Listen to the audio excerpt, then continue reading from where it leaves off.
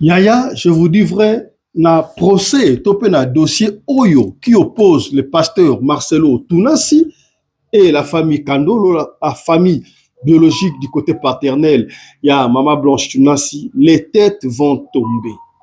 Quelqu'un nous avait dit que Marcelo était influent au Congo. Est-ce que c'est vrai qu'il était influent? Comment est-ce que nous nous sommes laissés emporter la vague Oyo a décès Maman Blanche ailleurs? D'ailleurs, on a toujours dit Atawa Michel Baloba Yango. Mota kwesi mbongo alukaka yango esika oya kwesi yango te. Kasi molokoti ayebaka esika alokoti mbongo. Azonga peut-être akomona susu mbongo kaka esika alokoti mbongo wana. On nous avait détourné que Maman Blanche aurait décédé ou serait décédée na Turquie. Et bah preuve e bandi kobima il a que Maman Blanche c'est comme si akufaki na Turquie. Mais pasteur Marcelo continue à insister que moi c'est akufaki na Turquie. Et ici, pasteur Marcelo remet en cause ba médecin généralement. À l'époque, les médecins basa batu toko so bango lokola banzambe te, ba médecin basa la rabere, basa derrière moi si naye akufa na erreur. Oui, c'est vrai que ba médecin basa li banzambe te. Mais ce qui a beli mo muke, lokola zone di ba médecin te, a aucun hôpital, to ako se faire soigner moko. Po ye moko lobi yango azali na ba vide na mutu. Tolobani ni mensonge zali ko continuer to nini. Comment est-ce que ye aye koloba azana ba vide na mutu azoko raisonner sous bien te amisala ki examen ye moko to akenda ki epa ya ba médecin et plus tard il paraît qu'alobi po ye abika il faut ba memaye na aéroport ya Istanbul na Turquie alinga ko ka kombo ya kombo wana te Turquie alinga ko ka yango te soka ki kombo wana ezalaka malamu mungu te e bebisaka ye mutu. On a pasteur Marcelo nde alobi yango. Est-ce que c'est vrai ou c'est faux? Maman Blanche akufaki na Belgique, akufaki na Turquie, to akufaki na République démocratique du Congo, nde bazoloba Lubumbashi ezopesa pasi ya kosakana te. Ko na etango ekomaki yaya epesaki mbulinga bilinga. Ata membre ya famille moko te amonaki corps na ye sauf ya na ye abi amona ye kaka mutu mais akomaki mwindu. Soki akomaki mwindu ezali Maman Blanche ya solo, ezali Maman Blanche ya lukuta. D'ailleurs, ndeko frère ya Maman Blanche Tounassi Kandolo, si vous voulez, Odia José Kandolo, lors ya procès il a été clair tango batuniye est-ce que ndeko na yo Blanche akufa abi ndeko nanga akufa te. Oh, akufa te ndenge nini? Est-ce azalaki na tort to azalaki na raison? Oh, ndeko na akufa te oyaki matanga te abi na yaki matanga parce que ese kinga ndeko nanga ya kufi lokola pe mama na ye amonaki mwana ye esika akufaki te. Mais ngai na yo toyebi ke po mutu akufa il faut omona nzoto ya mutu, corps ya mutu ke mutu oyo akufi. Soki corps omoni te, tu peux ou ne pas déclarer. Olandi mouvement to kene matanga, est-ce mutu akufi to akufi te? Les gens s'interrogent. Yoka siko nuance sika to banda émission yaya. Parce que Maman Blanche aurait voyagé na Nounou. Nounou wana comme on a Patricia. Alors, na makambo nyonso tu, awa procès bandi. Où serait la Nounou, Patricia? Patricia porteur disparu. Patricia Akenda wapi? Pourquoi on ne parle pas de Patricia? Lelo bokoyeba, Patricia azali wapi? Et puis Patricia aza nani? Est-ce que azalaka Nounou? Nerete bana misala ba domestique ou azalaka ndengo ato awiti na famille nini? On va en parler dans cette émission, mesdames et messieurs. Serrez vos ceintures. Lelo et Zande Lelo. Et rappelez-vous surtout, hein, pourquoi est-ce que Marcelo avait renouvelé mariage na Maman Blanche. On va en parler dans cette émission, mesdames et messieurs. Amoni Marcelo na loba na répéta aba Blanche baba amo ba boma banguti. Alala ati. Ya mona eka mwasi. Est-ce que mwasi on a vie antérieure na eba ya zaina? Il y a des pasteur qui ont été moi sur un oboma zaki na vie antérieure à zaki nan. Sur zaki guerrière ola la tête ola le Marcelo. Sur la si Marcelo to baisser di boma. Ah ouais? Et ba Blanche baba amwana. Il faut ça ba cause spirituelle. Et ba te comme ba pasteur maman ça la théologie. na ese Blanche olala te. Bon moi teke makama Blanche banda ku fezo zonga kaka. Si Marcelo ako s'éteindre. Abomai na volonté na ita simbisa e touche ya bomengo. Asimbisa e touche. Pa bomai akabela ke bagi ya diamant. Ya na la tso bagi ya diamant. Ayeba ke Blanche alinga mbongo. Blanche asimba ki sa pasteur pona mbongo. Blanche peso kwa kufa po. Oui, Blanche mutazali na makambo. Tamba retirer makambo baleki po alobate. Blanche mutasimba makambo. Bon moi te église on peut bandi aussi là. C'est compassion ezana ngo. Te ezate. Et batebele bakenda. Na surtout na procès o comme on peut sa buzoba. Batebele ba comme okende. Silence. Bat ba okepa na silence. OK. Comment yo moi ça kufa na Lubumbashi tout ça kufa en Turquie.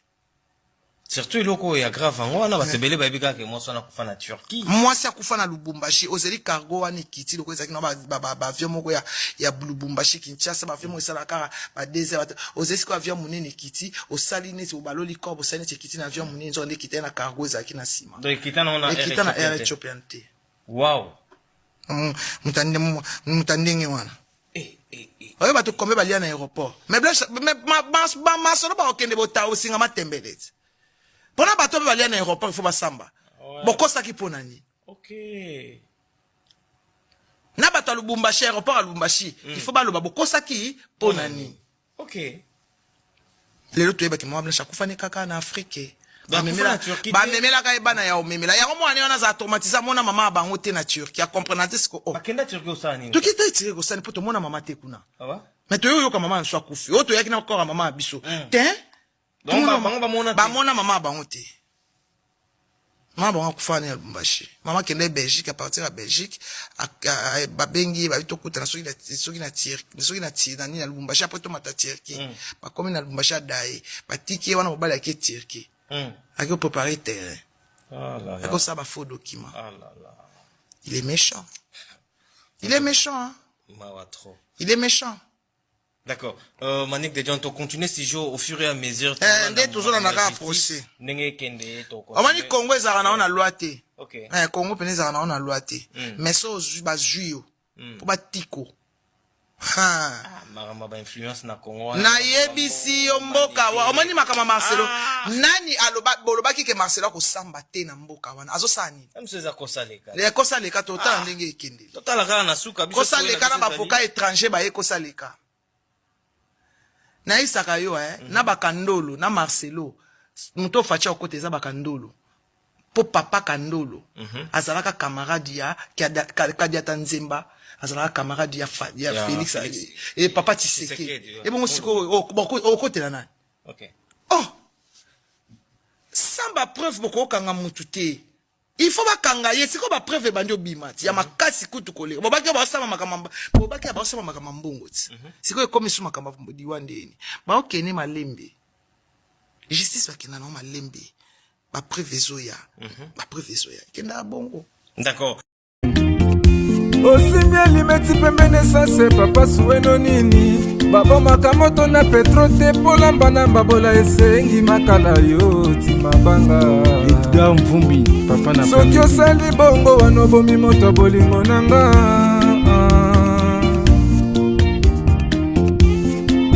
mobali mbinga na mwina ngolo aboya hydroquinone soki ezotambola basheri bazokoya mayanga na retrouve douce tendresse affection epana yo nasalelo nini mpo ndimake na kupendaka sana shitakwacha pelende wenjoro yangu dans mon cœur tu occuperas toujours la première place. Mbote na bino bandeko balandi ya Radio Lokole Télévision bisika nyonso boswami merci na confiance pe fidélité. Bozali ko continuer ko pesa programme oyo Radio Lokole masolo epai wapi chaque fois to kutanaka to solo laka makambu oyo ezali koleka na communauté na biso africaine mingi ya biso batu oyo tolobaka lingala ngai babengaka ngai Fiston Pelende tata ya Sedek soki mbali boso omona biso to yebisaka yo yaya yo oyo babongo ko s'abonner soki o s'abonner ko bosa na ta soki mukete ko fina cloche ya notification pour na yo o rataka ba programme na bisote et puis partager ya masolo auto betaka awa peut-être li solo ya lelo analyse ya lelo intéressé au tétan ou yo oko partager yango et koki peut-être ko sungande ko moko songolo et sikamoko pakala ya to senga kana yo chaque fois au partager ya to s'abonner ko to s'abonner to on a besoin à ko atteindre 60 000 par 60 000 et il nous reste un tout petit peu quelques abonnés pour à 60 000 et on verra. Et vous savez, quand vous vous abonnez, la famille s'élargit, et ça nous donne la force, le courage même. Il y a information pour la quoi informer. Voilà. Et n'oubliez pas de vous abonner sur notre deuxième chaîne. Hein. Il faut aussi vous intéresser sur notre deuxième chaîne. Leki, il y a Radio Loco TV, n'est-ce pas? Kuna kaka na YouTube, pour que cette fois-ci, Afrique Masolo TV. Pour s'abonner, kuna. Est-ce que vous comprenez? Voilà. Et évidemment, vous pouvez aussi nous suivre sur TikTok. La TikTok, tu peux savoir conseil, tu solo la cam. Je vous ai dit, tu tiens barre, il y a 10 000. Dès qu'on aura 10 000 membres, la TikTok, c'est en ce moment-là que tu vas pour ça, là-bas, live Oyo, il y a Bisso. Voilà. Il y a, ndenge na prometa ki bino to kozonga lisusu pour te pour ça la analyse en ce qui concerne décès to dia ya mama na biso Blanche. On ne va plus rentrer à kufa ki ndenge nini ezaki ne to yebaki yango mais to yena ba élément oyo zali des bases. Les éléments de base na biso ko parce que procès ici est bandi. Donc on a to ya ko chuter na makambo oyo ya nunu oyo zali témoin vivant encore après sa biso solo ce qui bakenda ki Turquie to bakenda ki Turquie te kasi na kosonga ebandela lors ya procès ba ike ba ikoloba yango lors ya procès ba ike ba ikoloba yango où était passé nunu na procès oyo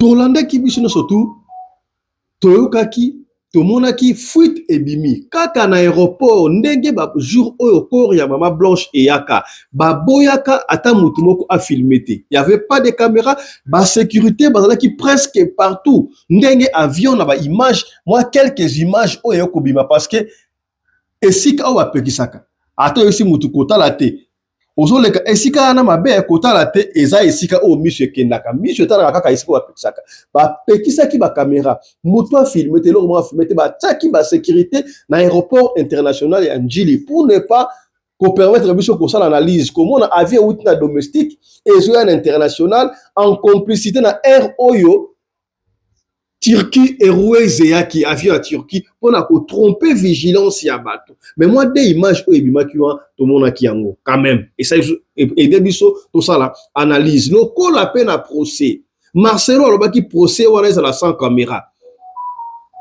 bato ba mona te to yebi yango ndenge ezalaka très bien soki mutazana azana droit ya koloba procès na ngana lingité ezala public et qu'on la publicité et qu'on la confidentielle ça dépend à mutenga legi lo ko la Marcelo alingaki procès moko publicité et ça la pena à huis clos mais même na huis clos wana nous avons su koyeba qu'est-ce qui s'est passé na huis clos wana et na kati ya huis clos Zuzi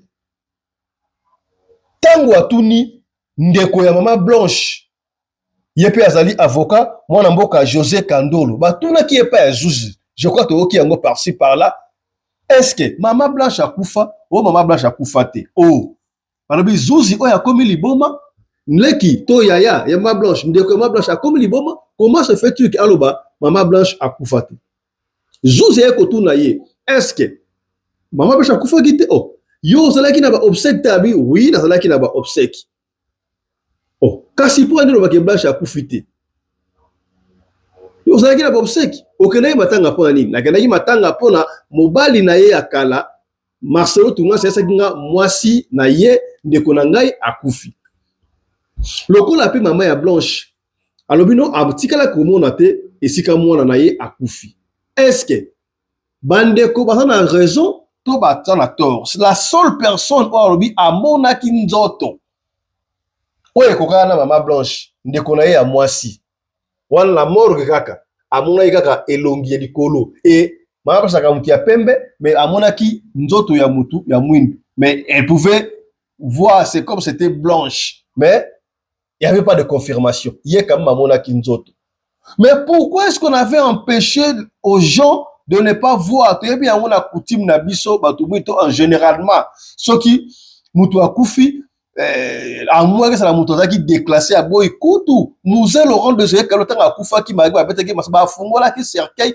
population et à kotala mais tout le monde qui yango choqué ya maman blanche ba fungola qui yango te même membre de la famille musika mutu moko amonate et on nous a donné l'image oyo ya kufana. Est-ce que maître José Kandolo qui a raison toi qui a tort? Oui, parce qu'il a raison parce que ngai na yo to ebi ke to confirmer que mutu akufi si et seulement si balakisi biso nzoto ya mutu wana akufi ata balakisi yango sur place te mena ba obsèque ceux qui ba fungoli cercueil to moni que mutu ya akufa ezali ye to zali yete. Pourquoi on avait refusé d'ouvrir cercueil ya mama blanche? Question mark. Question mark. Marcelo Yemoko ya to sera to par rapport ya ba image automoni na ndenge toni team Marcelo et so défendre Marcelo ba to ko la ba o nanyo Makoso il se dit général Makoso il se dit pasteur na habité on ne juge pas les gens mais yeba analyse na yeba ko kende loko là c'est comme si à côté la Marcelo c'est son droit mutu sa droit ya ko pesa opinion na ye s'il croit que Marcelo jusque là a ça raison etalika Yemoko Makoso oh pas moni Marcelo na tort etalika mais biso ba oyo toza au milieu du village tozo ko sala ba analyse to pesa ba fait analyse va fait makam oyo tozo mona et ba zuzi nde ba kokata ba condamner na sana raison nani azana tort. Marcelo Yemoko tout le monde on nous avait détourné na Turquie kaka rappelez-vous et ça là à Turquie et puis plus tard Lubumbashi Belgique ya kobima akenda ginde Belgique après que Turquie et un peu plus tard encore plus loin nde Lubumbashi et kobima na ba image oyo. Marcelo avant procès wa to mona ki yango qu'est-ce que Marcelo avait dit? Marcelo avait mis en cause d'abord Yemoko avant procès wana là azaki normal hein? Pendant tous ces 2 ans, azaki normal. Mais tant au procès, tant à jouer lettre, il y a convocation, il y a quoi apparaître, il y a comparaître, pardon, n'a parqué pas à Bazouzi. Ce n'est que là parce que hier a commis ça na tribune, a commis ça hôtel ya Nzambe et c'est qu'il y a quoi rendre compte pour mettre ma soleil à moi na au moi na boye abane ko benga Esther et pas ni maman Esther Tunasi a commis maman. Donc hier si kana hôtel a commis ça ngo si qu'il y a quoi rencontrer biso ba vie na il n'est pas seul, bah pasteur parce que nous surtout bah comment on mettre la biso masolé ba vie na bango na hôtel, ce qui n'est pas bon. Qu'est-ce que Marcelo nous dira? Qui a comment qui na vie na mutu a linga ko ka kombo ya Turquie te. Ce qui a kombo ya Turquie, image wana ezongela kayi kaka. Ezongela kayi. Oh, image ezongela kayi pour la nini? Ça, c'est pour nous rester figés dans la Kakakouna na Turquie. Et puis, il a remis en cause tous les médecins. Parce qu'ils n'ont pas pu sauver ma femme. Personne n'a joué médecin le col Nzambe Marcelo. Médecin, médecin. Si et seulement si, Maman Blanche a kenaye kosala, test. Et puis opération à BBL et Mémie, gloire à Dieu. Et Belé va big la BBL et surtout, ce n'était pas la première fois, il paraît, à ça c'est pas un problème. Mais quand tu dis que yo au commun la doute na docteur bazaka okola batu. Mais quand tu te dis que comme ba vide na mutu, on ba vide ce que leki na mutu et comme Alzheimer, n'est-ce pas? Au mieux comme ki munganga, au sai docteur Yomoko yango proclamer ton reni to pe on peut sous licence to diplôme il y a doctorat en médecine tala ko tseki tala ko mamba ba bengi abino tangu makambo esila bi ye il faut abika wana na ko avant de ko dribbler déjà ba médecin ko préparer moralement ba zuzi oye ko abika il faut ba memaye na aéroport ya Istanbul. Et si quand nzoto ya Maman Blanche imataki na avion et kozwa oh ngana bino to yebi yango d'après ma vérification il paraît que tout même Turkish Airways Turquie Turkish Airways avion Turquie cargo ba reconnaîtra d'avoir transporté nzoto ya Maman Blanche ndenge ba les ont dit même l'hôpital où ba sengiswana ils n'ont pas reconnu d'ailleurs hôpital na libanda aucun sans documenté qu'est-ce que document quel document maman zaki nango soki awa kendaki nango ko sala entre parenthèses opération parce que l'attestation a déjà tout monde ka Blanche Kandolo Blanche Odia tunasi ezati ouais c'est déjà mabuyi wana. Pourquoi est-ce que Blanche Marcelo nous préparait dans tout ça? Le procès bandit, il y a malam. Et puis, pour remonter plus loin, Tokozonga, pour vous faire voir que la mort de Maman Blanche était déjà annoncée. Yeboka baneko annoncé, on a dit mayele, batu ya mayele, on va réfléchir ça. Tout le monde était KO. Il nous avait presque dribblé Bissonio surtout. Toyoka Kayenga Koloba, Asalaka Soukudi Nangwana, il avait renouvelé. Marcelo a renouvelé qui alliance, topé mariage, na yena Maman Blanche, à Simba qui bague. À Simba qui bague en diamant. Abaye nango pour la deuxième fois Maman Blanche. Est-ce que mariage à Liboso, c'est qui vrai mariage? Deuxième mariage, c'est qui mariage, il y a alliance, il y a nini. C'était pour nous préparer. Donc, la bisa qui moutuboye, balak sabi chose ali mariage. To CPI, Marcelo te. Marcelo, en tout cas, n'enga ali wana ye. Marcelo, après c'est biso courage. D'ailleurs, biso nous sommes qui parmi batu oyo, bane ko apprécier Marcelo. Est-ce que kokumisa oyo Marcelo, abana okumisa Maman Blanche? N'enga badi kokumisa ye après alliance à mariage. C'est quelque chose, des choses différentes. C'est pour vous dire que peut-être, d'ailleurs, mariage à Liboso, et c'est là qu'un mariage à solo sincère. Yami Balé, d'après l'analyse Toyoka, d'après histoire au Toyoka, il paraît ce qui m'a mal à Bango, à Kenaye Kota, il s'amona qui est vide na mutu, baébisi à Luka mutu, mokuna à Pemben naye, mutu oya aussi mama kambonaye, et il paraît que Maman Blanche, Maman Blanche, Azana Makam. Azana Makam. Est-ce que Maman Blanche abandaki ko simba na yebité ça ne confirme pas la yebité. Est-ce que Maman Blanche a yebaki quelque chose na si seulement si ezali ma vie à Molili il y a Tunasi Marcelo je ne sais pas. Yango tango esaki yoko simba makambu ngai yango ay ko bala deuxième fois na bagi ya diamant. Est-ce que bagi ya diamant wana sombaki yango ya solo te utaki wapi tala kunseki tala kumamba ye moko ayebi. Et abandi ko kumisa ye. Regardez comme elle est belle. Quand on dit que moi, elle est belle. Et nous étions parmi les gens qui appréciaient Marcelo et ça là que la femme à la taille d'une tige spaghetti sans courbure ni virage en public. Donc on n'est pas Marcelo. Donc à part Marcelo nous préparer moralement pour l'événement Ekosama. Événement Ekosalama. Tant l'événement Ekosalama yaya. Nous vous avions dit. Bah, qu'on détourne biso mémoire. On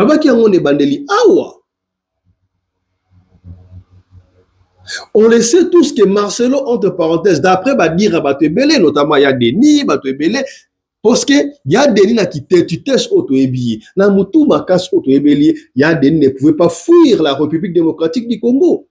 Yemoka abimise yango poisanoba yango ke na kimisanga babane ko lukanga et puis on a vu les images ndenge wazoya ko luka ya Denis et ndenge gangela ye et ndenge Marcelo a téléphone a benga la première dame asa lokola afunda ya Denis. Qui sont-ils? Ils ne sont pas comme nous. Ils ne sont pas, ou Marcelo n'est pas simple citoyen congolais comme nous autres, qui a joué téléphone à benga, moi si à mon condika kaboya zokoloba. Quelle légèreté! C'est que quelque chose est caché. Na sewana. Tala konseki, tala kumamba. Si à comme à niveau où il y a Denis Akimi Mboka. Qu'est-ce qui était caché? Il y a Denis Akimi Mboka. Ponaye. Cela veut dire qu'il était influent dans la République démocratique du Congo. Alors, si seulement, si on a analysé, alors, Toti Kiwana, Balobaranine, Nadage, même Ferra, Papa Hervé, je salue en passant, à un concert, le 14 mars, tout ça, le 14 mars, voilà, je crois, donc il y a 2 concerts. On va revenir sur ça dans nos prochaines éditions. Mutu oya kwesi mbongo aluka yango esika kwesi yango te nabaki on bandeli. Mais molokoti ayeba esika alokoti mbongo wana azonga tenter peut-être il pourra encore kolota quelque chose.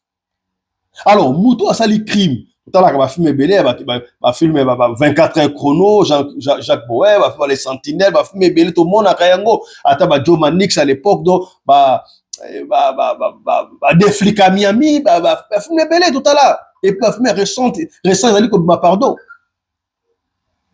Un criminel, je ne dis pas que Pasteur Marcel est criminel, jusque là non, il a la présomption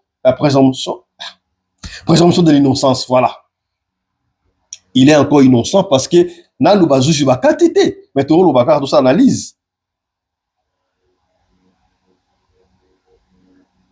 Suspect, un assassin, malfaiteur, un criminel, Asala toujours à détourner bino lieu à crime. Asala qui crime, et sikaboye à détourner bino bokende et sikaboye. Yango moni soki puluso aye mburamatari soki okenera bango tout droit au but esi bango sala ki mabe condamnation et kozala ndenge moko tela so bali ko koso donc on le kisi tangu ya mburamatari ya police ba condamner ndenge mususu. Pourquoi est-ce que Marcelo nous avait fait tourner vers la Turquie? Bissonio surtout baluki vers Turquie. Et tellement il venait de renouveler mariage Nabango avec bague en diamant, tout le monde était plongé dans rythme. On avait la compassion. Comment l'église naïe? Ah pasteur Marcelo, alinga ki mwasi naïe. Tout le monde avait pleuré, tout le monde compatissait avec pasteur Marcelo.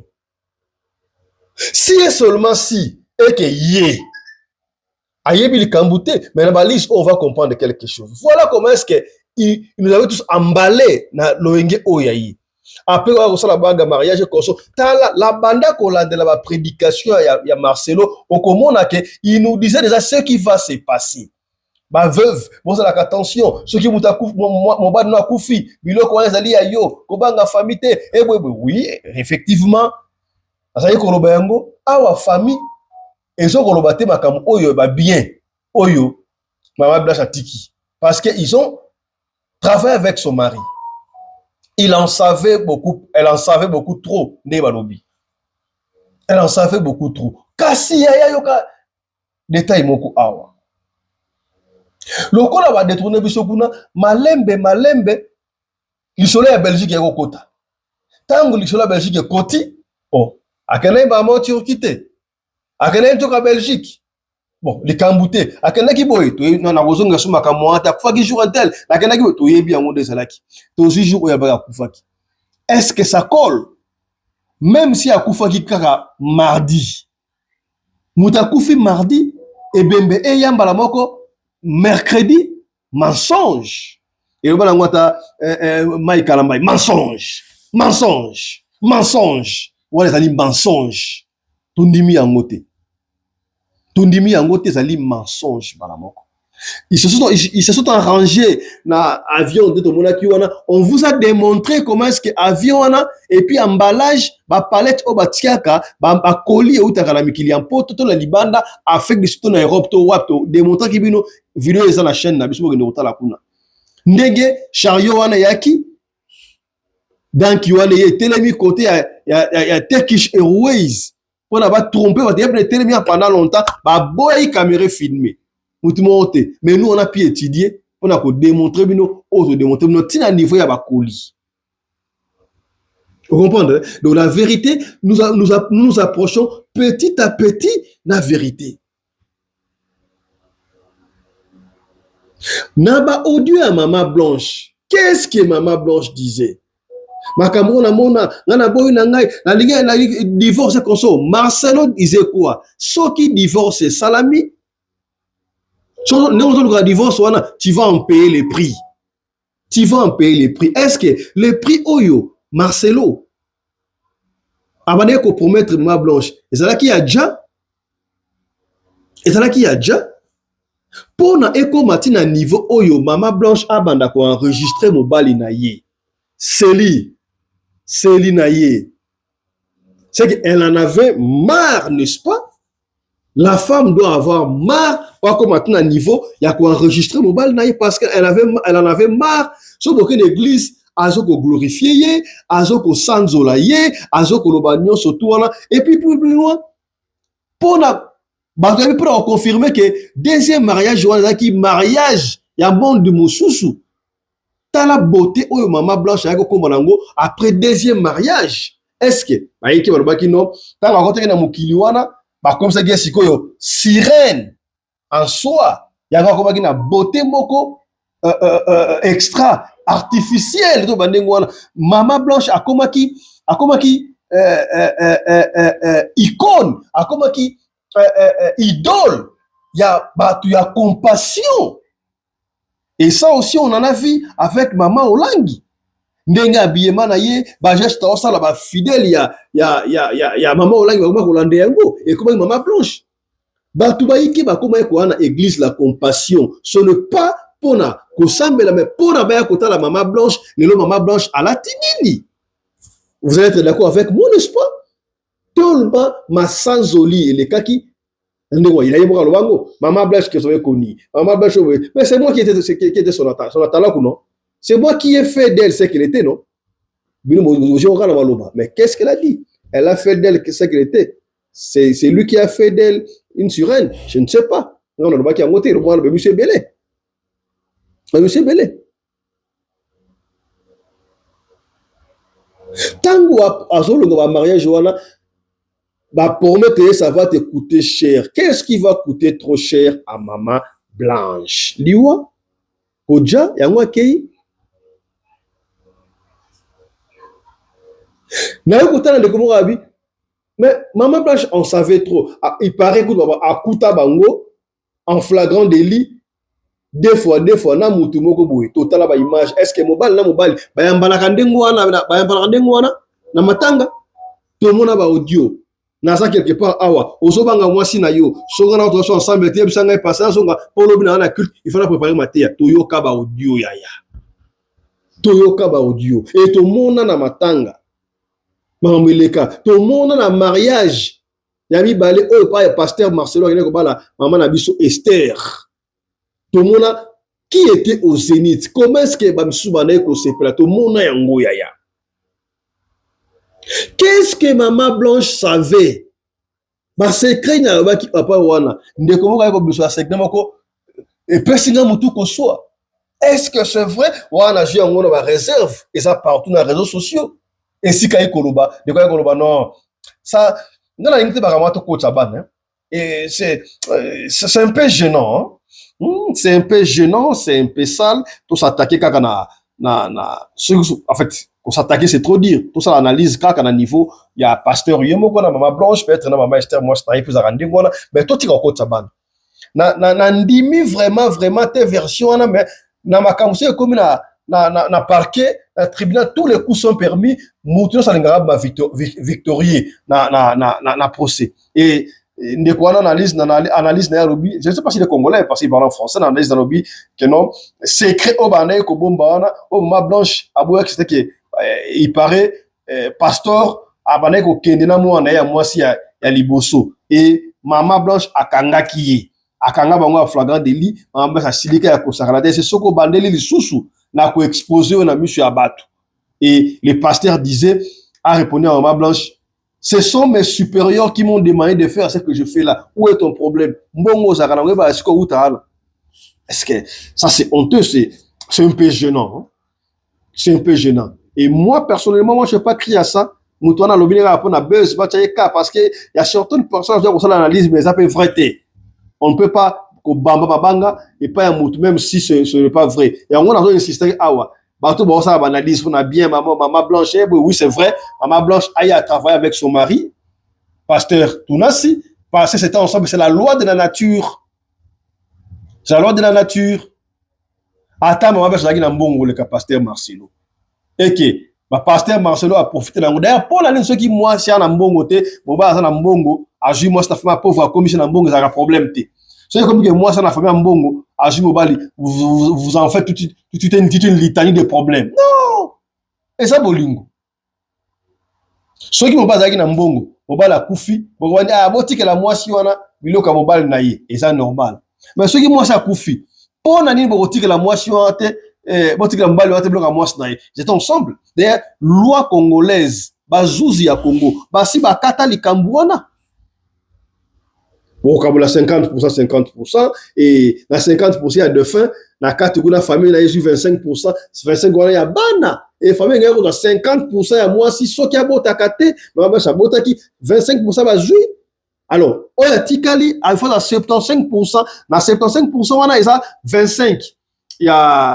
ya bana et puis 50 ya ye Pratique na bandinga wana ya problème te donc soki boye na makambo oyo ma blanche que ba bien na ye là vous allez tomber. Là, vous allez tomber. Vous allez tomber. Mais, token d'un procès, heureusement, la famille avait écouté des conseils autres. Pour ça, qui awa, bah, porte à plainte, bah, yeba, kodja. Il y a des collaborateurs, surtout certifiés à Dja, et c'est là qui vraiment, fou. Combien il y a tout le monde, c'est là qui était, car bah, audio conseil, qui flou. Là, on a raison, il y a un autre, on va appuyer pour la vérité. Biswa, autre, pipil na mungwate. Tocha pipi na mungu te tozolo bakaka pona toyeba pe vérité ce qui est normal. On comprend combien? Siko ya tozia ngos na hypothèse nostolobi awa. Akufa na Lubumbashi, aja na Belgique, aja na Turquie, aja wapi. Mais selon va dire parce que jusque là le pasteur Marcelo continue à dire que sa femme était déjà na Turquie. Yango utalobi pona abika. Il faut, bah, mais peut-être un aéroport, il y a Istanbul, la Turquie, pona peut-être abika. Mais il croit encore que Dieu va les guérir. Et nous souhaitons aussi que Dieu puisse les guérir. Mais si tu es malade aussi, il faudra te reposer au terrain jusqu'à ce que tu parce que quelqu'un qui est malade ne peut plus prêcher. L'État, il faut son makambo même pour le pasteur. Toi-même, tu te déclares malade. Tu te déclares sur la vie de Namutu, mais tu te mets devant les milliers de gens c'est normal, c'est normal. Et tout ça, bandimia compassion, vous continuez à supporter.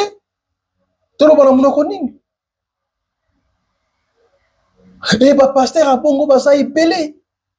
Oh baso ko liera bino mbongo. Lobi mama ka bengi ngai awa ke bale mbongo epa ya prophétesse moko boyi. To kobeta lisolo wana. Prophétesse moko za na Kinshasa, asenga ki mbongo, ce qui paye $150, ce qui paye combien prophétesse wana dia pe mbongo mutu mo $650 dengo wana. On viendra mama prophétesse wana. On va parler. Mais attends mama Denis, mambu ya Marcelo. Na même ordre de Didier pardon.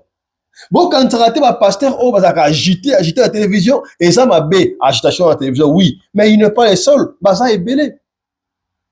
Ndeko, oh, la télé, à chaque fois, oh, on va pas se voir la face, bah, escroc, bah, c'est belé. Oh, bah, il va rabiner un bongo. Nandenga coulisse. Ndeko, moi, à audio, chaque toya, toi, peigné, toi, fou l'esprit. Ah, vous avez raté le collet. Nous ici, on n'injurie pas les gens. D'une manière, il y a qu'on manio. Maintenant, il y a qu'on ballot la langue, la biso 7x7. Avant, la tolo, on va pas blesser, bah, tout est. Mais, ton fou, on a ramené un cerveau. Ton fou, on a ramené une mémoire. Tout ça, ça ramené musique. Pasteur, moi, à chaque jour, dans la groupe, chaque jour, na tongo, na ba audio, tia comme peu na YouTube, na audio, chaque jour, karango. L'année prédication, bah, pasteur, wana, église, wana. Et c'est la prédication pour la localité. Et c'est la prédication pour la Kinshasa. Prédication pour la Libanda. Angola, Afrique du Sud, Poto et Conso pour Nanini. Oh, Nzamba Kosala Yaya, au qu'on soit permis de conduire. Au qu'on soit Mukanda, Bakapona Mukanda, Boye, au qu'on soit Boye. Pour Nanini après chacun Maramba Libanda. Ba prêcher ka prospérité te pour nanine. Ozo prêcher ka voyage. Est-ce que voyage il faut prêcher ou pas besoin? Voyage c'est le droit de tout un citoyen. Voyage c'est le droit de tout un citoyen. Hier, bon on a qui biso quelque part, les autozongi. On était quelque part hier, les autozongi. Tout citoyen doit voyager. Voyager fongolaka esprit à mutu. Voyager et permettra pas tout échanger la culture. Vous savez qu'il y a quelqu'un qui voyage à Bangarate. À ça free of mind, il faut ouvert, faut voyager dans la vie. Vous savez, aujourd'hui dans la différentes cultures, on peut voyager. C'est ça, il faut voyager dans la vie. Comme si voyage, comme si est comme extraordinaire. Bon, ça va faire des prières, ok, on pose un visa, non, ok, un visa, ça me la prend. Non. Ceux qui ont rempli ma condition, nous surtout très bien. Au Kozoa, visa. D'ailleurs, bon, moi, qui ambassadeur, et c'est qu'ambassadeur à Belgique, c'est qui chargé, il y a maison Schengen, n'est-ce pas pour Kinshasa. Ba boy ma ba agence de voyage joana ba agence de voyage baso ko ambrier ba to baso ko senga mbonge pele eya kende yo moko zwa rendez-vous na yo ko tsaba dossier ba sengi nini okotisi yango okozwa visa voyager eza extraordinaire te pasteur o roté au voyage pasteur o ya bona ndaba bango bien bino bo se seka démasquer na ba oyo bazo compter ba mbongo na internet na ba oyo ba so ba ntaba na ba oyo ba so ba niau na ba oyo ba so gisabatu et bele oyo ba so ba bazo bikema AVC à Lokuta. Même ceux-là qui sont calmes azo te calme, ce sont tous des escrocs. Ba on so ba oyiba point baté ya ba makisasa te ka baté ya bino watapoto po bino watapoto pe sa mbongo baté ya bino wata Afrique du Sud po pe sa mbongo bino watangola po pe sa mbongo bazo ko multiplier ba église d'étrangers lokola mayebo. Ete yabino hein. Ete yabino. Alors, yaya to bandi suko makabongo. Analdi suko e bandi. Est-ce que OK bien? OK bien. Hein? Voilà. Suko dans tout ça ne bandeli. To tegi nunu azawapi. Parce que na ba dire ya batu nyonso to non. Et voilà qui c'est Nounou qui avait voyagé avec Maman Blanche de Kinshasa, Malamoko Tirokki. Après, diplôme de fait, c'est diplôme d'état à moi, à Kenaki Maman Tirokki, là, Nounou Oyo, à Abimela Ban. Nounou, on a comme on a Patricia. Na repère ça comme un mbokate. Nounou Patricia. Et ça qui va gagner Maman de Kinshasa à Turquie. Tant que verger Kobima, à Turquie, Kenaki Belgique, Bruxelles. Et comment bakenda na nounou Bruxelles et ben au de Turquie. Il y a eu un temps oh nounou pas confirmer qui nounou boye nounou et puis nounou a disparu qui makam oh nounou lo bato ko monter il paraît il y a eu un $50,000 ba pesa qui pas nounou. Siko il paraît nounou pas confirmer qui si elle avait confirmé j'avais pas suivi je ne sais pas où ça biso qui est bakenda qui Turquie. Est-ce que ça faut regarder Turquie? Oui, regarder Turquie. Nabana, bana bamona nzoto ya mama wana Turquie te point. Mama Blanche regarder qui Lubumbashi. C'est nous qui doit nous dire est-ce que voyage Joana bakenda ki Lubumbashi to bakenda ki Turquie? Oui. Ceux qui nous ont voyagé qui? Est-ce que ba voyager qui c'est la Mama Blanche na Belgique et pas que Turquie? To bango bakana ki voyage na bana ndenge na bango Mama Blanche azaki na bango te. Nous doit nous dire tant ba ki na Turquie avion Turquie bakita ki wana bango nyoso na bana na yé paraît ba sa ba ki na ebembe na nzoto ya Mama Blanche to ba ki na ngote. Nous doit nous expliquer sikoyo tellement procès bandi Patricia nous comment on est Patricia Oyo aza issue, elle n'est pas issue d'une famille pauvre. Hein? Patricia banaye ko vendre pas oncle na bango. Oncle na ye aza balubi aza muto abona kamwa katuku bianza. Oncle Patricia. Amona kamwa katuku bianza. Patricia nounou oyo yango elle parle français très bien. Atanga na flamboyant. Flamboyant, hein? Comment on dit? Hein? Flamboyant, qu'est-ce que flamboyant école abona kamwa quelque chose. Atanga kuna. batangisa ye kelasi. Et elle avait accepté. Tant que le Robin aye asa nounou, oui c'est vrai, asa domestique, asa mwana musala, mais asa mwana musala nengo bakamate. Est-ce que savez-vous que Patricia, d'ailleurs, noko na ye o aye bali pe combo trola maloba on de koloba awa, o aye bali pe combo. Elle ne comprenait pas pourquoi est-ce que ye azotika ndeko na ye akende kosala ki nounou et pas ya maman blanche. Tant que on est l'église on a compassion. Oncle alinga apekisa ki mais asala kula douter ba alinga ko insister te pour sinon alinga ko balini keno oncle azo bwana ke l'église pour oncle asala mbongo akisi peut-être ya ngwa peut-être acheta ki pas atika ki na yindi ngwa mais à part musala oyo obenga nunu wana bino katika na afraza na maman blanche maman bane consorte maman blanche asala ki pe en compagnie na ye yango so bozolunga bomola famille peso déclarer to na beso ko mona mbongo oya maman blanche salaki arrive na compagnie na ye ya service traiteur talaka compassion église ya munene et ça appelle la bateau mona mwa katuku bianza service traiteur donc ba mariage nyo surtout ça la compassion ba fête nyo surtout mut o alambaka ezaka service traiteur ya maman blanche alors responsable ya service traiteur wana ezalaka nunu wana Patricia pourtant comme ya mboko te pour ko devrait comme mboko te beaucoup yango na procès. Il y a eu des gens, il y a eu des bateaux. Oh, bah, c'est pas parce que mbongo na bango en France, on a ba fête na bango, ba mariage. Mbongo wana il paraît qu'il a $16,000. Alors mbongo wana e bana ko kota na compte ya maman blanche déjà. Mbongo wana bana ko kota na compte ya maman blanche. Tant maman blanche a déjà bato wana bandi ko réclamer mbongo na bango. Alors Patricia ko donc sa mbongo wana ndenge nini ye mutu azaki na mbongo te. Marcelo, qu'est-ce qui s'est passé? Tango Marcelo ko bala maman Esther. Lokola maman Blanche de yaki na nunu Patricia, et ça normal, maman Esther abino akoki ko ndima lisusu te nunu Patricia azala wana.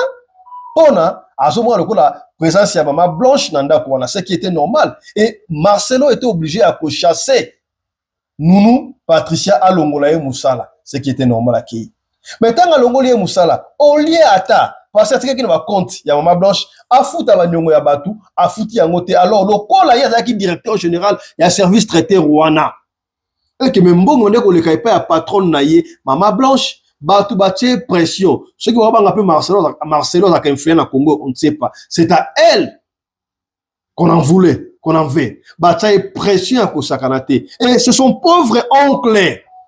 Né a fouti banyongwana, il a dit $16,000, il paraît à ça fouti $10,000 et tikali $6,000. Si vous avez comme un niveau, mais kosenga oh.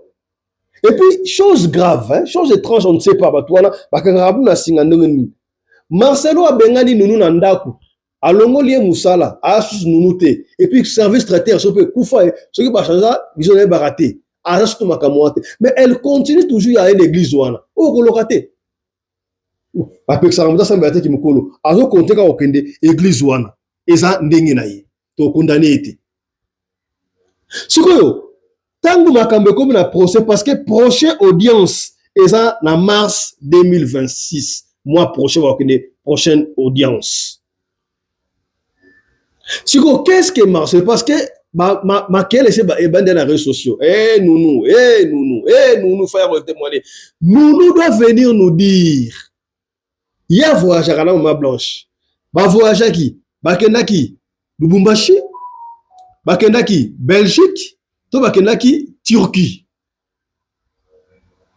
Ceux qui bakendaki Turquie, aye sabiso, bayaki na nzoto ya maman blanche. To maman blanche akendaki na Lubumbashi, bango bakendaki Turquie pour la ko brûler mémoire. Pour bana ba déclarer par maman ki nzoto ya maman bango te. Aye ko expliquer biso. Est-ce qu'elle a eu la chance? Ya ko na maman blanche na Belgique, to na Turquie.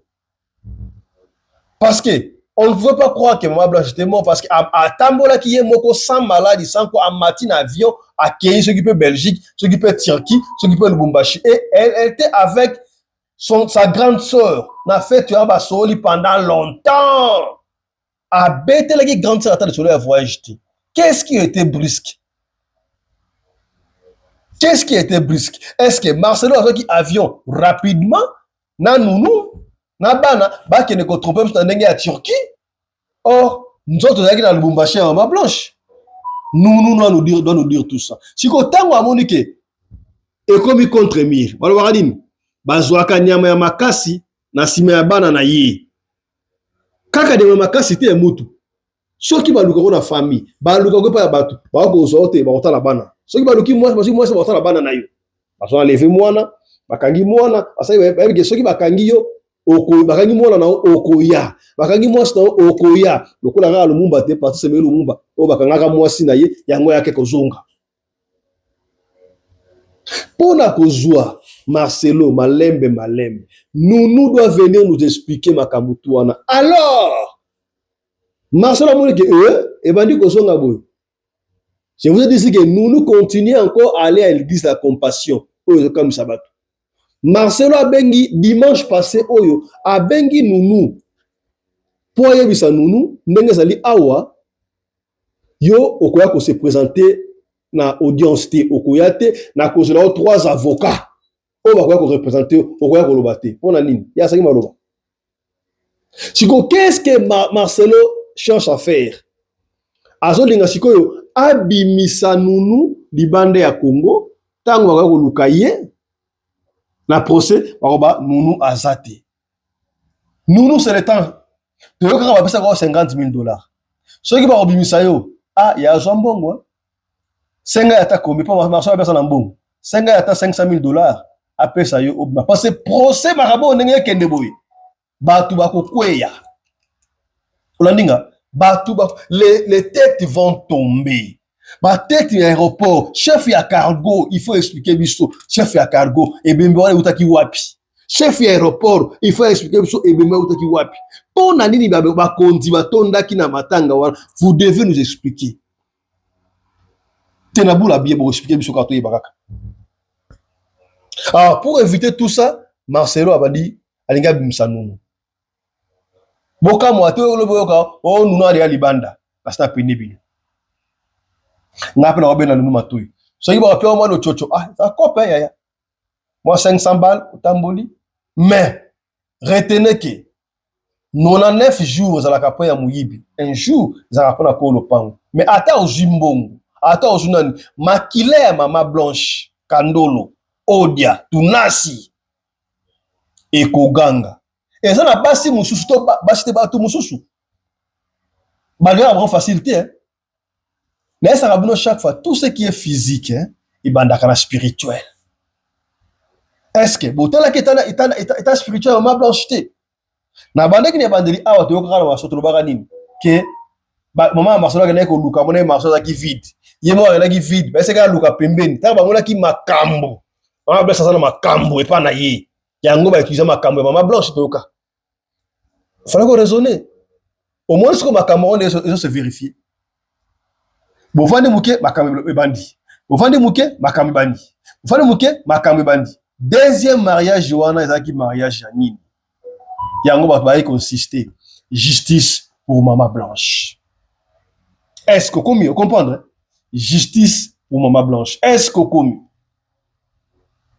Taratina, tu as dit ça analyse Oyo. N'a pas de joindre ce cas maître José Kandolo. Maman Blanche Koufate. Maman Blanche Koufate. Siko, n'engé procès Kendele. Nous serons obligés. Tout va on obligé. Ils doivent déterrer Kobuka Tombouana. Maman Blanche, ba pindola Maman Blanche d'abord. Ça se fait, hein? Ba pindolier, ba ça la nzoto wana ADN. Ce que ça réellement Maman Blanche, pour y ça comme des squelettes, non? Bata sur Maman Blanche. Sur Maman Blanche, on va remonter filière.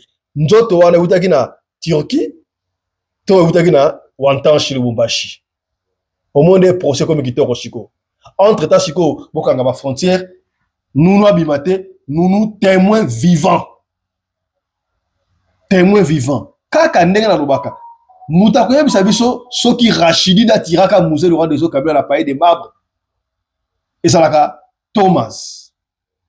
Directeur à cabinet na ye adjoint. Parce que directeur à cabinet na ye et ça là qui sera nani professeur Yateo Koko Teo. Théophile Mbemba. Azaki directeur à cabinet. Parce que là qui wana na professeur Machako Mamba, ministre de la santé. Na directeur adjoint un certain monsieur Thomas. Yateo Zalakati. Alors, explication oyo. Machako Mamba appelle ça kabiso wana. Non, tant on va dire ça c'est pas Rachidi, on a dit qu'on se bat rideau pour la kanga hémorragie. Et batunaki Thomas yo Zalaki wap. Oh non, quand on est venu parler au chef, na tchaki mutuboye pour na lingite na yoka, bakam au chef oloba. Mensonge. Les jours viendra où procès à musée. Tu connais la vérité à procès à musée. Le qu'on appelle le revenu. Toyeba. Procès ya maman blanche. Témoin vivant. Ya musée. Zalaki Machako Mamba fa la vérité na Thomas directeur cabinet adjoint. Makambu oyo ba voyage, makambu tout. Directeur général ya DGM. Il faut attendre la entrée au moment de kotaka. Ba na parquet pour expliquer biso. Chef ya ba caché ya jour wana il faut ba les têtes vont tomber. Les têtes vont se présenter dans le tribunal. Na ndenge ba bête. Ceux qui me disent qu'on se présenter était que ba kangi était. À quoi vous expliquer à gagner peu procès. Mais nous awa, il faut ça biso. Ba voyage na maman blanche ba ganda ki Turquie. Bazaki na Belgique na maman blanche, to bazaki bangumo. Akenda ki ya solo, tala kuntseki, tala kumamba. Et tango ba bengani na musala et pas maman Esther, on dirait ya Tunas. Elle continue d'aller à l'église, et mon taille bien. Sikabu, pourquoi elle est quiet, avec calme poani. Nous yaka koyebisa biso. Voilà mandeko, tala analyse o tout ça les lieux. Est-ce que to kepembe, to sololi pembe analyse oyo. On comprend de quelque chose. On comprend de ce qu'on a la vie pour la vie que ngana à côté à maître José Kandolo, il faut tout le monde. Parce que muta kufi, de robanga kufi. Adja. Si vous voulez. Bamoni kortene, bamoni nzoto tene. Na mama aboti mwana na yajita ko sokola ete. Asimbata mwana boye ebembe nzoto ya mwana asimbite musika. Et puis tala na bobseke, ezaki na après que instruction. Ba la ki sa famille ya mama blanche te. Na musika une fois na musika. Président na matanga. À part Mobali, il devait passer quand même après cette maman Mbote. Va permettre à monter. Qu'est-ce qui s'était passé? Dans la manière où les obsèques sont déroulées rapido. Et comme ici, tolo bate. Justice pour maman blanche. Nadia Kolonga na procès oyo entre famille biologique côté papa, famille Kandolo na Tunasi Marcelo. Rappelez-vous normalement Marcelo, il faut qu'il y ait un Étienne à Kosunga pour Paul Akoufa.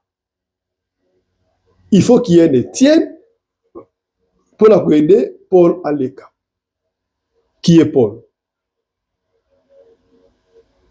Qui est Étienne? On comprend, non? On combien? Voilà. Allez. Portez-vous bien. Santé les faire à tous. Mais on ne peut jamais conclure cette émission sans pour autant remercier la femme à la taille d'une tige spaghetti sans courbure ni virage. Marina Pelende, elle était au four et au moulin pour la couvrir une émission. Il y a les analyses qui topent. Allez, portez-vous bien. Santé les faire à tous. Chap chap. Et tchala. Marcelo Tunasi ba memie na tribunal pas la famille à maman blanche pour ba réclamer par Nabango en tant que ba héritier.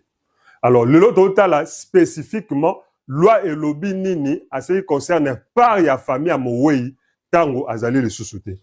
Alors tokei na oza d'abord principe à tout pasteur Marcelo M comme Marcelo à maman blanche babalaki oza patrimoine na bango to biloko oyo bazaki nango na kati ya libala. Donc, comme maman Zaki Souté, il fallait bakabola. So, baki na régime, il y a communauté universelle, RCU, régime, il y a communauté universelle. Donc, pasteur Marcelo, Yemoko, à cause de 50%, il y a biloko bazaki nango en tant que couple, Maman Blanche, donc, na part naye et kozala na 50%. Donc, maman likambope ezali awa. Alors, ce qui toye nango sikoyo, awa, ce toye nango awa, partage et aussi à la mandengeni. Donc, bola nanga bien po, ka oyo, et se déroulaka souvent. Et ça la pona, moi, si to pona mobali, lorsqu'il y a décès, c'est le même principe. Donc, awa, 1, 2, 3, 4, bana, oyo, maman Blanche, na pasteur Bazalaki, bango bagozwa 75%, wana koute iba nango déjà. Bagozwa 75%, ya biloko. Bagozwa 75%, ya biloko na part ya maman Blanche. Parce que bango baza ba héritier. Awa, papa tikali, eza biloko na ye. Pasteur Marcelo, eza biloko ya zui, ou eza compte na ye.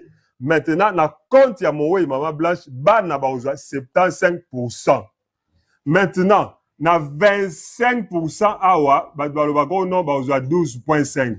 Pas nécessairement. Famille 12.5. Pas nécessairement. Pourquoi? Parce que na 25% awa, ils ont divisé par 3. 25% oyo. Oyo, ici, la famille, ils ont réclamé. Pasteur Marcelo Yemoko, il a été conjoint survivant à juste 50%. Et puis, il a héritier de la deuxième catégorie. Donc, il a peine à droit na 25% oyo, donc à peu près, ça représente à peu près 6% et quelque chose. Famille, à peu près 6%, il y a pas, il y a maman Blanche, et ensuite, maman, il y a maman Blanche, donc la maman, puisqu'elle est vivante, M au carré, donc la maman de maman Blanche, puisqu'elle est vivante, elle aussi a droit à peu près à 6%. Donc, 25 oyo, et le Kabolama a 3 catégories. Pasteur Marcelo Tounas, il représente à lui seul une catégorie. Donc, en tant qu'héritier de la deuxième catégorie, à peu près 6%. Nani, famille, donc autant que nombre bazar, à peu près 6%. Ainsi que maman, à peu près 6%. Donc, les 25 oyo et Kabulamaka, en principe, entre parents, donc les papas et maman, Yamowei, bango ba catégorie à part, frères et sœurs, Yamowei, bango ba catégorie à part, et puis mobalito moi dans le conjoint survivant, il est pas à catégorie à part. Ce qui fait que parfois les familles croient que bon bah 12.5. Non, pas nécessairement. Ceux qui par exemple n'a qu'à eux malheureusement essayer de trouver que maman Blanche a couffé, mais maman naïe est encore vivante, donc elle est bénéficiaire YP comme héritière. Il y a deuxième catégorie, donc il y a 3 groupes au bas bénéficiaire. Donc maintenant 6% oyo, ils ont déjà part ya mukepo, ils ont na part ya maman Blanche. Donc ma famille ba se faisaka tout le ba fantasme sur la part ya mbongo oyo fait et revenir parce que tous les frères et sœurs n'auront droit qu'à peu près 6%, il y a pas oyo maman Blanche azanango. Et déjà dans la vidéo, le pasteur avait dit que a proposé qui bango une somme, maintenant le bango proposé public hein, dans l'église. Il y a $250,000 et d'après l'évaluation c'était déjà beaucoup. Parce que Tobo Sanate, toujours d'après ma déclaration pasteur, une bonne partie à fortune est déjà la combo à Bana. Donc si c'est déjà la combo à Bana, c'est que ça ne fait même pas partie à patrimoine, il y a pasteur, on a maman Blanche. Parce que c'est déjà la part des enfants et ça ce n'est même pas un héritage. Donc ceux qui parents, déjà directement au nom des enfants, donc ce n'était pas la propriété des parents pour qu'ils aient l'héritage, puisque c'est déjà les biens des enfants. Alors, donc, ezakaka oyo, ezalaki seulement la combo ya pasteur Marcelo na maman Blanche, ils ont considéré comme étant leur patrimoine commun. Yangone et vous faire objet, il y a dissolution à régime matrimonial, et donc, na part ya maman Blanche, partage à héritage né et salam. Ce qui fait que les familles peuvent avoir, entre guillemets, de mauvaises surprises, taux de déception, taux se faire une mauvaise idée sur la fortune Yamutu. Moi, je connais des gens, bilo, on a déjà un combat ban. Donc, on a belé, mais déjà un combat ban. Donc, sur la sous-souté, vous risquez de vouloir réclamer ce qui, en réalité, appartient déjà aux enfants. Donc, la famille va se faire idée que notre on joue autant, mais en réalité, bon, on a bien autant. Donc, voilà. Donc, famille, il y a Moué, la famille a bandeko, botika ko réclamaka, la loi veut que Botika vous réclamer au-delà de ce qui vous est dû. La loi veut que Moutou na Moutou a se débrouiller et puis Moutou na Moutou a joie pona kobomba pona banana. Merci, à la prochaine. Osimia limeti pembene sase papa sueno nini baba makamoto na petro te polamba na babola esengi makala yo timabanga Edgar Mvumbi papa na soki osali bongo wanobomi moto bolingo nanga